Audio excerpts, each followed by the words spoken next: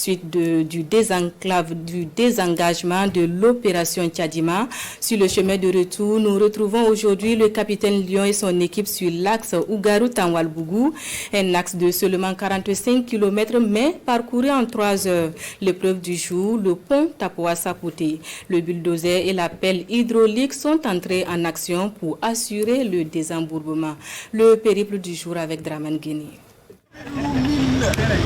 Lentement mais sûrement, nous avançons vers Fadan-Gourma. L'avant-dernière ville est visée ce matin, Tanwalbougou. Le départ est pris à Ougarou à 7 heures, 45 km de route. Le convoi se rallonge à chaque escale. Une centaine de véhicules civils sont dans les rangs. La voie tracée dans la forêt pour contourner les obstacles à l'aller est impraticable au retour, certainement minée par les groupes armés terroristes. Le Bir 2 est en tête. Nous embarquons alors avec le lieutenant Aigle. Il coordonne les opérations à l'avant. Le lieutenant Aigle décide d'éviter la route de fortune de l'allée. Il faut alors tracer une autre plus en profondeur. Pour cela, une rizière est à traverser. Pourtant, la zone est arrosée la veille. Les véhicules légers souffrent, mais traversent le bas-fond d'au moins 3 km.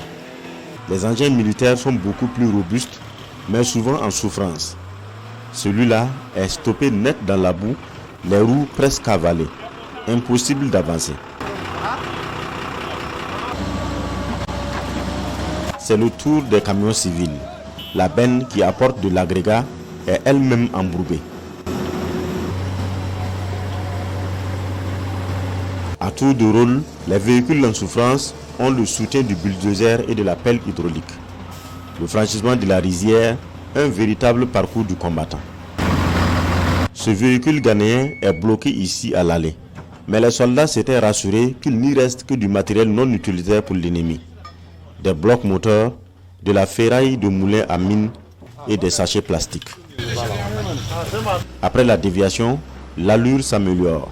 Le convoi descend sur Tanwalbougou à 14 heures après 7 heures de route.